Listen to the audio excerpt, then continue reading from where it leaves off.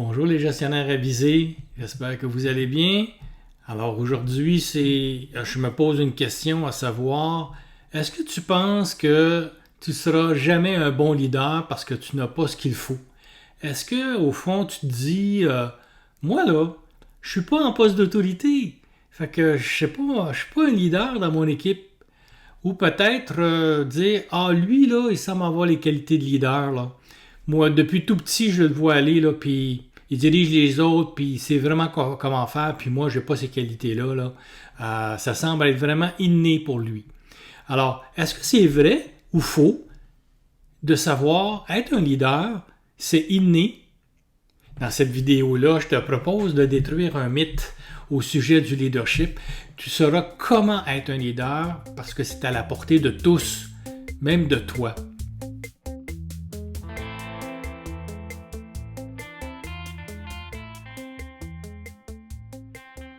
Je m'appelle Claude Bougie, je suis formateur et coach en communication consciente et j'accompagne les leaders, les gestionnaires comme toi à devenir de meilleurs leaders d'influence dans leur milieu. Moi, ma mission, c'est de t'accompagner à travers mes vidéos pour que tu puisses profiter de mes outils, de mes astuces, de mes points de réflexion pour optimiser ton leadership d'influence dans ton milieu puis de créer un environnement de travail qui est stimulant, engageant et bienveillant.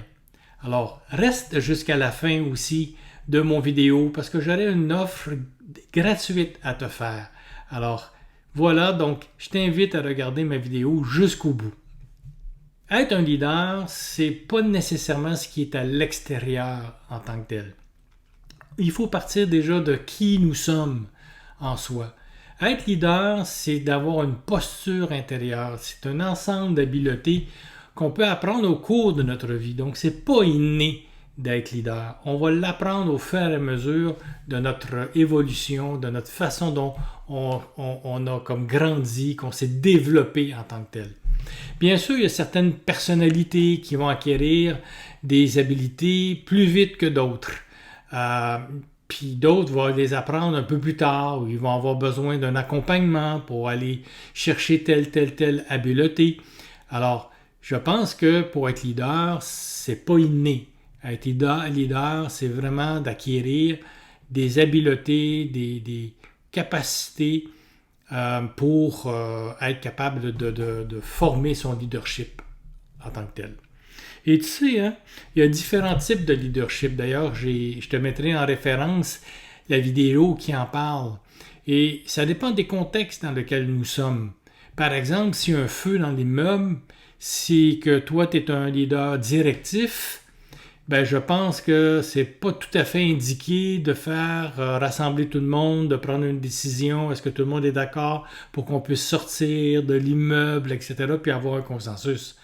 Je pense que quand il y a le feu dans un immeuble, c'est un leader directif. Alors, tout le monde sort et on pose pas de questions, puis on part, puis on sauve nos vies, finalement.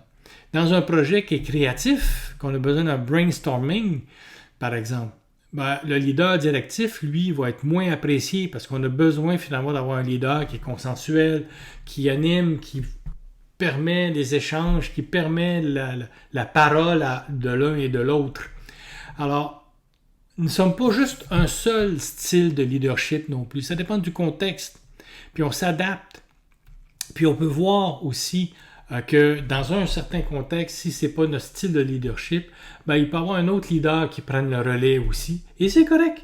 Leader ne veut pas dire nécessairement qu'on a l'exclusivité à l'intérieur de ton équipe, l'exclusivité à l'intérieur de ton service d'être un leader en soi. On a besoin de plusieurs sortes de leaders pour être capable de faire grandir notre esprit d'équipe, faire grandir notre organisation à la limite.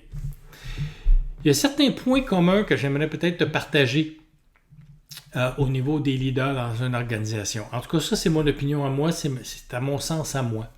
C'est qu'il doit avoir une disposition d'esprit qui est ouverte, qu'il doit avoir confiance en lui, qu'il doit avoir une estime de soi qui n'est pas démesurée, on s'entend, mais une estime de soi, de l'humilité, de la vulnérabilité et de l'empathie.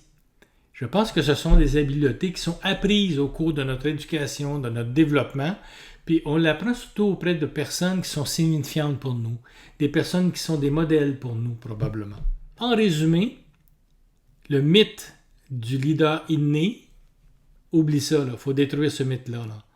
Le leader apprend à devenir un leader parce qu'il travaille sur lui-même pour se connaître de plus en plus, puis pour obtenir une posture, un état d'esprit, pour acquérir des habiletés nécessaires pour qu'il puisse l'exercer à l'intérieur d'un contexte bien particulier. Si tu as trouvé cette vidéo-là pertinente pour toi, alors je t'invite à cliquer sur le j'aime en dessous. Et aussi, je t'invite à faire des commentaires, à écrire finalement peut-être tes questions.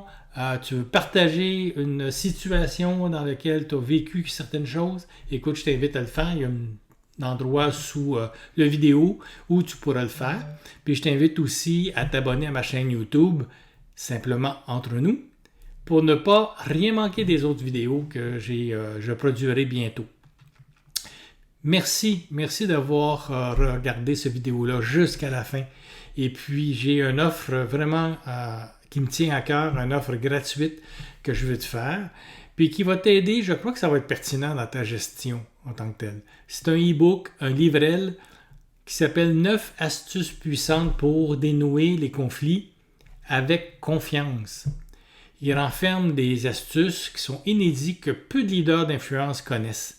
Je te propose donc de cliquer sur le lien qui est en bas, dans ma description, puis tu vas le recevoir de façon gratuite par ton courriel. Alors voilà, je te remercie d'avoir regardé cette vidéo-là jusqu'à la fin, puis j'espère que tu seras là pour la prochaine vidéo qui s'en vient bientôt. À bientôt!